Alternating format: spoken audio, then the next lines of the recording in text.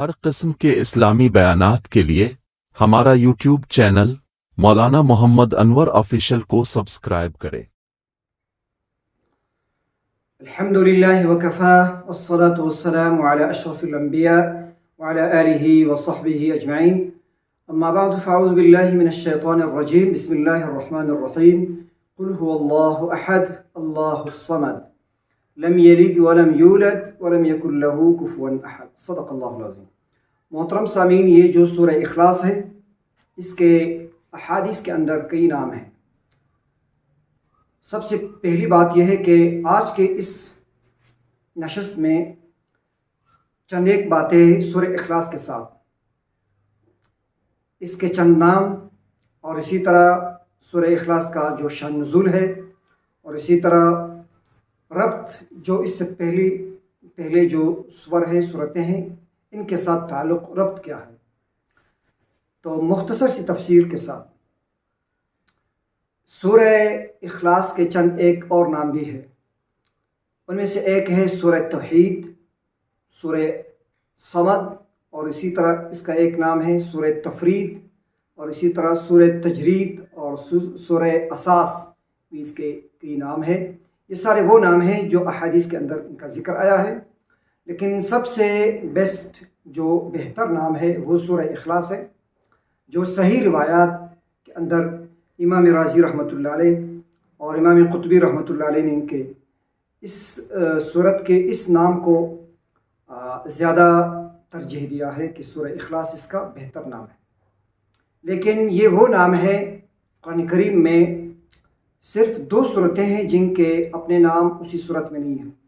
ان میں سے ایک سورہ فاتحہ الحمدللہ کے اندر یہ نام نہیں ہے، اور اسی طرح سورہ اخلاص، یہ جو اخلاص کا لفظ ہے اسی صورت کے اندر نہیں ہے۔ باقی جتنی صورتیں ہیں قرآن کریم میں 112، تو ہر صورت کا جو اپنا نام ہے اسی صورت کے اندر مذکور ہے۔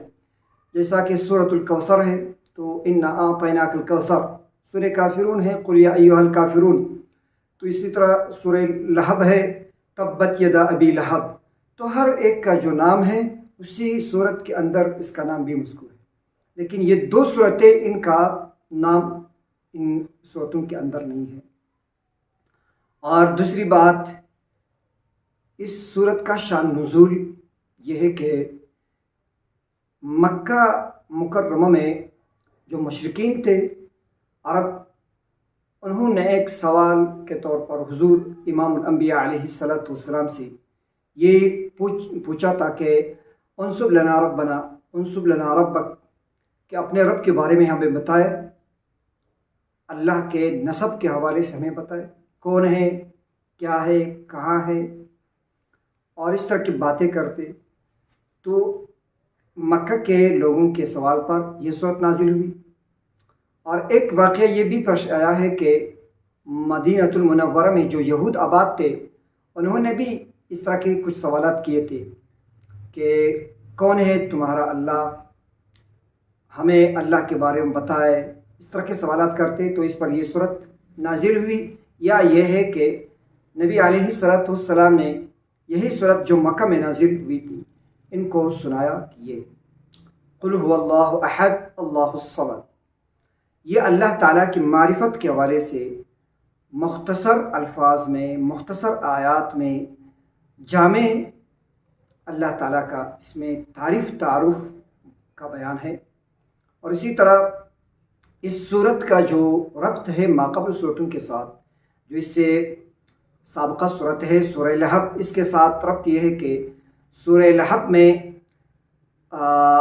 اس جوڑی کی جو بدترین یا بد نصیب جوڑی ہے، ابو لہب اور اس کی بیوی، ان کا ذکر تھا، اور اس میں وہ ان لوگوں کا ذکر ہے کہ جو اللہ تعالیٰ کی معرفت سے ناآشنا تھے، اور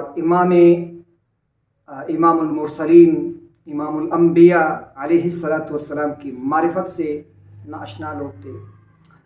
تو یہ دونوں کا حق، اللہ تعالیٰ کی معرفت کا حق تھا ان پر کہ وہ اللہ کو پہچان لیتے، اور اسی طرح حق تھا ان پر کہ وہ رسول اللہ علیہ السلام کو پہچانتے، لیکن وہ ان کے پہچاننے سے وہ منکر تھے، ڈھونڈتے، کوشش ہی نہیں کرتے. تو اس صورت کے بعد جو ان پر لعنت اللہ تعالیٰ نے کیا ہے، اس کے بعد اللہ تعالیٰ نے معرفت خداوندی کا ذکر سورہ اخلاص میں کیا ہے. یہ ایک قسم کا ربط ہے. اور دوسرا ربط سورہ لہب کے ساتھ وہ الفاظ کے حوالے سے بھی ہے کہ الفاظ کا دونوں میں جو سجا ہے، تبت یدا ابی لہب ما کسب وامرأته حمالۃ الحطب فی جیدہا حبل من مسد، یہ جو الفاظ آئے ہیں اسی سجا کے ساتھ سورہ اخلاص میں بھی ہر آیات کا اختتام ہے. قل هو اللہ احد اللہ الصمد لم یلد ولم یولد ولم یکن لہ کفوا احد. تو ایک سجا کے الفاظ ہیں. یہ بھی ایک قسم کا ربط ہے دونوں صورتوں میں. اور اسی طرح جو اخلاص ہے، سورہ اخلاص، اس کا ربط فاتحہ کے ساتھ بھی ہے. فاتحہ میں اللہ تعالیٰ کے حمد اور تعریف ثنا کے بعد اللہ تعالیٰ نے یوں فرمایا ہے الحمد للہ رب العالمین. حمد اور ثنا تعریف ثابت ہے اللہ ہی کے لیے. اللہ، تو گویا ایک سوال بنتا شروع میں کہ اللہ، کون سا اللہ؟ تو اس کا جواب اللہ تعالیٰ نے قرآن کریم کے بالکل آخر میں رکھا ہے. قل هو اللہ احد اللہ الصمد. کہہ دے کہ اللہ وہ اللہ جو احد ہے، یکتا ہے، بے مثل ہے. اللہ الصمد، اللہ جو بے نیاز ہے، کسی کا محتاج نہیں. تو یہ ایک قسم کا اس سوال کے جواب میں. اور اسی طرح جیسا کہ رب العالمین، الحمد للہ رب العالمین، تو جو رب العالمین ہے، آخر قرآن میں 2 صورتیں ہیں، قل اعوذ برب الفلق، قل اعوذ برب الناس. یہ ان کے ساتھ بھی ایک قسم کا تعلق اور جوڑ ہے دونوں صورتوں میں. اور اسی طرح جو مضمون کے حوالے سے جو سورہ اخلاص ہے، اس کا تعلق سورہ کافرون کے ساتھ ہے. سورہ کافرون میں جو اس کا اصل مضمون شرک سے براءت کا اظہار ہے سورہ کافرون میں، اور اس صورت میں توحید کا اس بات کا ذکر ہے. تو دونوں میں گویا مضامین کے اعتبار سے ربط ہے.